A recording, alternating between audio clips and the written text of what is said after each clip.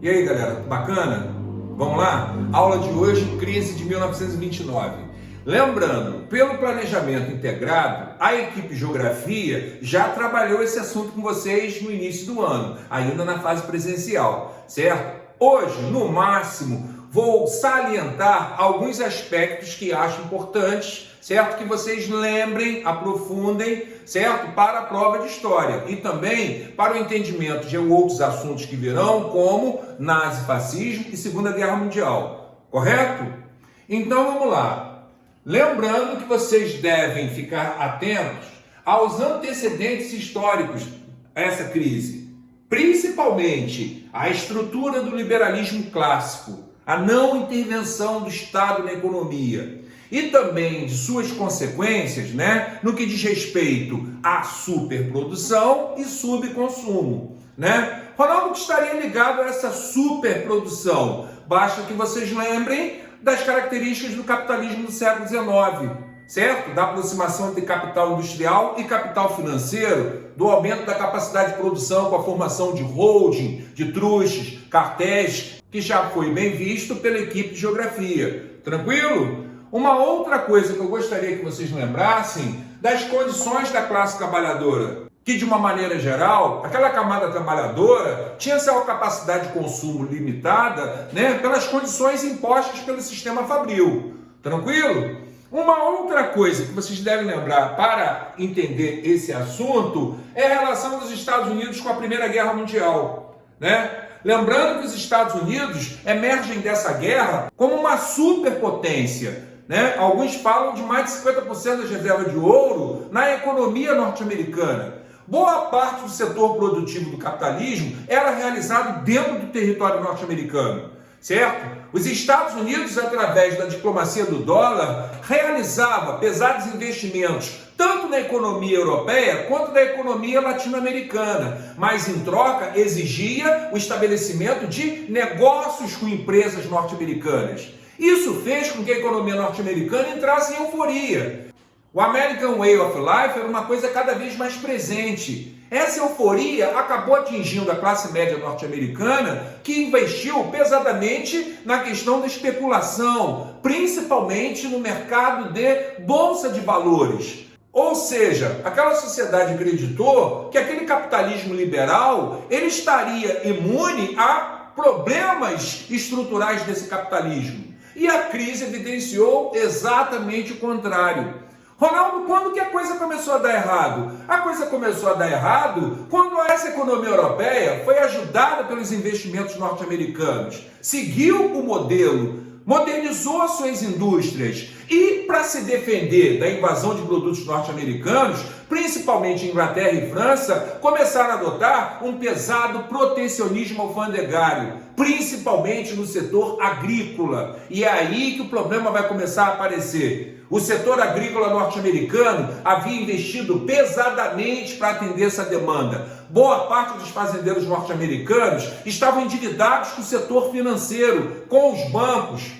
Com a adoção do protecionismo europeu, essa produção agrícola norte-americana começou a dar de cara com dificuldades, certo? Os fazendeiros norte-americanos, sem conseguir vender, não tinham condições de saldar sua dívida com o sistema financeiro bancário. Propriedades foram tomadas pelos bancos. E isso fez com que a crise começasse a se delinear, certo? Falência de fazendeiros gerou desemprego nos campos e, consequentemente, pesada migração, ou seja, êxodo rural, E aí, Ronaldo? E aí que você começa a enxergar a crise crescendo. Por quê? Porque a classe média que investiu pesadamente no setor de especulação, do sistema de bolsa de valores, verá que próximo da famosa Quinta-feira Negra, aquelas ações haviam caído em um período de um mês, aproximadamente 40%. Porque nos primeiros indícios de que a economia norte-americana começava a enfrentar dificuldades, quem tinha seu dinheiro investido no sistema financeiro começa a correr para retirar, para vender essas ações. Num determinado momento, essas ações não encontravam compradores. E isso fez com que o valor dessas ações caísse vertiginosamente. Ronaldo, o que aconteceu? Aconteceu um colapso nessa economia, não só no seu setor agrícola, não só no setor industrial, mas na economia como um todo, certo? E aí, Ronaldo? E aí que essa quebra acabou gerando graves problemas internos, certo? Quais são, Ronaldo? Aqui, ó, posso falar para vocês, né? Já citei alguns: falência de fazendeiros, né? E aí a gente vai falar de miséria da massa trabalhadora rural, migração, ou seja, êxodo rural, inchaço das cidades com o aumento da violência. Um aspecto dessa crise muito abordado, inclusive pela mídia, né, é a questão da lei seca. Temendo a violência das cidades, o governo norte-americano proíbe o consumo de álcool. Isso vai acabar gerando mais problema ainda, como o crime organizado, como a gente vê o tempo inteiro no cinema, certo? Tem mais coisa? Claro que tem, porque a crise vai se alastrar, certo? Num determinado momento, o próprio setor industrial começa a sentir os problemas da limitação desse consumo interno, né? O sistema financeiro também vai entrar em colapso, porque se as pessoas não pagavam aos bancos, esse sistema bancário vai quebrar, certo? Portanto, num determinado momento, você enxerga a crise tanto no setor rural quanto no setor urbano, né? É isso que se classifica como a crise de 1929, inicialmente nos Estados Unidos. Por quê, Ronaldo?